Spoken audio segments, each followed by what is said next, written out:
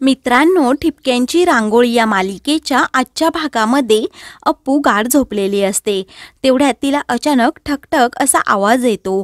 तेव्हा ती जोरात दचकते आणि उठते आणि शशांकला आवाज देऊ लागते, परंतु शशांक तिच्या बाजूला झोपलेला नसतो.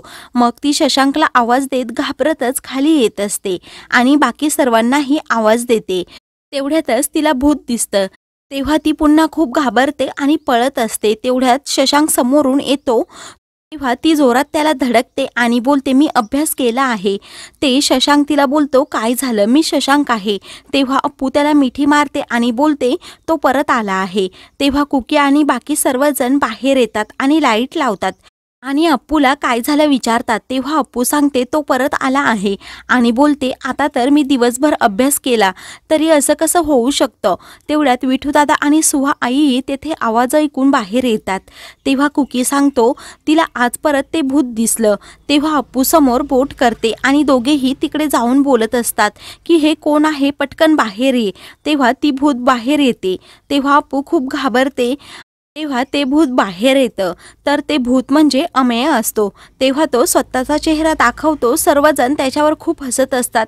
तर माई त्याला विचारतात, असलं सोंग तू का घेऊन आला आणि तिला का घाबरवत आहेस?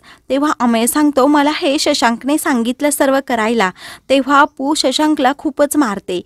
तेव्हा शशांक सांगू लागतो, अप्पू अजिबात ऐकत नाही. काल एक दिवस अभ्यास केला तर तिला लगेच उद्या सुट्टी पाहिजे. जेवणही तिने केलं नाही म्हणून आतून तिला थोडं घाबरवलं. तेव्हा बाब्या त्या शशांकला बोलते, हे असं घाबरून ती अजून आजारी पडली असती तर. तेव्हा अप्पू बोलते, या खडूसने आणि या भूताने कोणाशी पंगा घेतलाय हे माहीत नाही. चटकिनीशी पंगा घेतला आहे. तेव्हा शशांक बोलतो, हे खरंही असू शकतं. अप्पू बोलते, मी नाही घाबरत तुम्हाला. तू आहेस ना माझ्यासोबत, मग मी का घाबरू?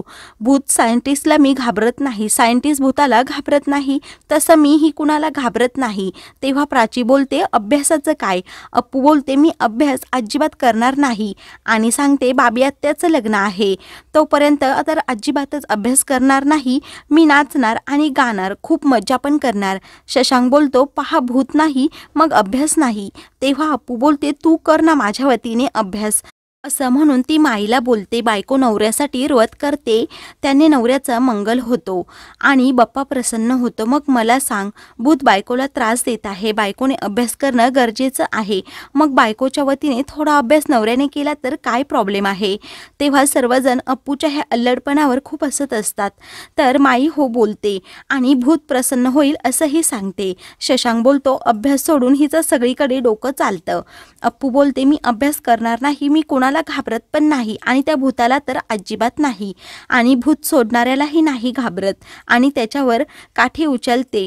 सर्वजण पुन्हा अप्पूकडे पाहतच राहतात. तर शशांक तिच्यापासून वाचण्याचा प्रयत्न करतो. तर दुसरीकडे सकाळी ओवी बाहेर झोक्यावर बसलेली असते. तेव्हा दीपाली तिला सांगते की आपल्याला आता शॉपिंगसाठी जायचं आहे. तेव्हा ओवी बोलते, मला त्या लग्नाला जायचं नाही. तेव्हा दीपाली सांगते, असं बोलल्यावर डॅडला खूप वाईट वाटेल. तेव्हा ओवी बोलते, मी त्याची कोणीच लागत नाही. तेव्हा दीपाली बोलते, तू असं का बोलतेस ओवी? कारण तू तुझ्या डॅडची एंजल आहेस. तेव्हा ओवी बोलते, असं नाही, त्यांनी मला ॲडॉप्ट केलं आहे. तेव्हा दीपाली तिला समजावते आणि सांगते, त्याने काय फरक पडतो, तुझ्या डॅडने तुझ्यावर खूप प्रेम केलं आहे. तेव्हा ओवी बोलते, मग नवीन आई आल्यावर तो माझ्यावर एवढंच प्रेम करेल का? तेव्हा दीपाली बोलते, हो. तेव्हा ओवी बोलते, तुमच्या दोघांमध्ये काहीच नातं नाही हे तू मला आधीच का नाही सांगितलं?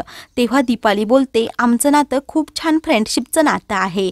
तेव्हा ओवी बोलते, फक्त फ्रेंड्स असता तर तू त्याच्यासाठी पूजा केली नसती. तेव्हा दीपाली ओवीला समजावत असते. तर ओवी बोलते, दुसरी बाई आल्यावर आपण निघून जायचं इथून. त्यावेळी दीपाली तो विषयच टाळत असते आणि आपल्याला शॉपिंगला जायचं आहे असं सांगते. तेवढ्यातच भास्कर ओवीला आवाज देतो. तर इकडे मानसी आणि सुमी रांगोळी काढत असतात आणि गप्पा मारत असतात. अप्पूच्या उत्साहाचं खूप कौतुक करत असतात. मग बाबी आत्याला हळद लावण्यासाठी त्या बाहेर येतात. तेव्हा शशांक खूप शांत असतो म्हणून कुकी त्याच्याकडे जातो. तर इकडे माई बाबी आत्याला हळद लावत असतात. तर इकडे कुकी बोलतो, शशांक तू इकडेच का उभा आहेस? अप्पूला मिस करतोय का? तू तिच्यावर खूप प्रेम करतोय, हे तुला बोलून दाखवायचं नाही, परंतु आम्हाला सर्व काही माहीत आहे. तेव्हा मानसी वहिनी त्याला हळद लावण्यासाठी बोलवत असते आणि बोलते, जोडीने हळद लावायची आहे का? परंतु शशांक काही बोलत नाही. शशांकला सर्वजण चिडवत असतात. त्यानंतर सर्वजण डान्स करण्यासाठी अप्पूची वाट पाहत असतात. तर तेव्हा शशांक बोलतो, अप्पू नाही तर काही नाही असं नाही, मी तुम्हाला डान्स करायला शिकवतो. तेव्हा शशांकच्या तोंडून हे बोलणं ऐकून सर्वजण त्याच्यावर हसत असतात आणि त्याची टिंगल करत असतात. अमेय गंमत करत बोलतो, डान्स करायचा आहे, प्रयोग नाही, असं म्हणून पुन्हा सर्वजण हसू लागतात आणि तू डान्स करू नको असंही बोलतात. माई बोलत असतात, सर्वजण अप्पू अप्पू करतात म्हणून त्याला हेवा वाटतोय. तेव्हा शशांक बोलतो, तुम्ही माझं बोलणं सिरियस घेत नाही, नुसती मस्करी करत राहतात. आता मी इन्स्टिट्यूटला निघून जातो. माई सर्वांना सांगतात की तुम्ही अगोदर बाबी आत्याला हळद लावून घ्या. तर दुसरीकडे भास्कर ओवीला सांगत असतो की आपल्याला बाहेर जायचं आहे, अजून तू तयार का झाली नाहीस? तेव्हा दीपाली सांगते, ती ऐकत नाही. तर भास्कर बोलतो, चल ओवी, आपल्याला शॉपिंगला जायचं आहे ना, आणि हे तुला चालेल ना? तेव्हा ओवी मात्र शांत असते. तर दीपाली बोलते, चालणार नाही, तसंही आता आम्हालाच आमचं करायचं आहे सर्व, आम्हाला सवय करायला हवी, कारण आता तू आणि विद्याताई तर न्यूली मॅरिड कपल असाल, त्यामुळे तुम्हाला तुमची स्पेस हवी. तेव्हा भास्कर बोलतो, दीपाली तू अशी का बोलतेस? आमच्यामध्ये काहीही बदलणार नाही आणि तसंही माझ्या लग्नानंतर हे असंच चालू राहणार, म्हणजे आपण तिघंच शॉपिंगला जाणार, तर तिघे नाही तर चौघेजण शॉपिंगला जाणार, असं दीपाली बोलून जाते. आणि तसंही हळद लावल्यावर बाहेर जायचं नसतं, नाहीतर मध्येच विघ्न येतं आणि मला तसं काहीच नको, असं ती भास्करला बोलत असते. तर इकडे कुकी शशांकला विचारतो, तू नेत्रालाही इन्व्हाइट केलं आहे का? तेव्हा शशांक बोलतो, हो, माझ्या पूर्ण स्टाफला मी इन्व्हाइट केलं आहे आणि नेत्राला यायचं की नाही हे तीच ठरवेल. तेव्हा सुमी बोलते, ती येणार ना, मला अजिबात ते आवडलेलं नाही. त्यावेळी मानसीही बोलते, अप्पूचा अपमान करायची ती एकही संधी सोडत नाही. तेव्हा सर्वजण तसंच बोलत असतात. शशांक बोलतो, अप्पूने जर तिच्याकडे दुर्लक्ष केलं तर वाद होण्याचा प्रश्नच येत नाही. तर कुकी बोलतो, अप्पू तुझ्यासाठी गप्प बसते, नाहीतर तिने चांगलं सणसणीत उत्तर दिलं असतं. आणि सर्वजण हळद लावायला बाबी आत्याकडे जातात. तेव्हा शशांक स्वतःशी बोलतो, कितीही नाकारलं तरीही शिष्ट घरात नसताना सुनेपणा जाणवतोच. त्यावेळी शशांक अप्पूला खूपच मिस करत असतो. त्यानंतर तो तिला कॉल करतो आणि लगेच कट करतो. अप्पू बोलते, त्याने मला फोन का केला असेल, याच्याच विचारात ती असते आणि दोघेही एकमेकांबद्दल पुन्हा गैरसमज करून घेत असतात. तेव्हा शशांक तिला पुन्हा फोन करतो आणि बोलतो, चुकून लागला होता. हे ऐकून अप्पू खूपच चिडते आणि फोन रागातच ठेवते. म्हणून शशांक अजूनच चिडतो आणि परत आठवण येत नाही हे सांगायला तिला फोन करतो, परंतु अप्पू फोनच उचलत नाही. दोघेही एकमेकांबद्दल पुन्हा गैरसमज करून घेतात. अप्पूला शशांकचा राग आलेला असतो, तर शशांकलाही अप्पूचा राग येतो.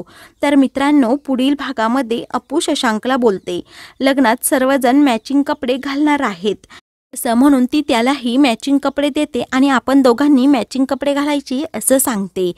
त्यानंतर ती त्याला विचारते, तू आणि नेत्राताई सेम कपडे तर घालणार नाहीत ना, आणि जर तसं झालं ना, माझ्या इतकं वाईट कोणी नसेल, असं ती शशांकला धमकावत असते. तर शशांक अप्पूकडे पाहतच राहतो. तेव्हा शशांक तिच्याकडे पाहून गालातल्या गालात हसत असतो, कारण त्याला समजलेलं असतं की काही झालं तरी अप्पू माझ्यावर थोडी थोडी प्रेम करायला लागली आहे. तो तिच्याकडे एकटक प्रेमाने पाहतच राहतो. तर मित्रांनो, ठिपक्यांची रांगोळी या मालिकेचे पुढील अपडेट्स पाहण्यासाठी चॅनलला सबस्क्राईब करा.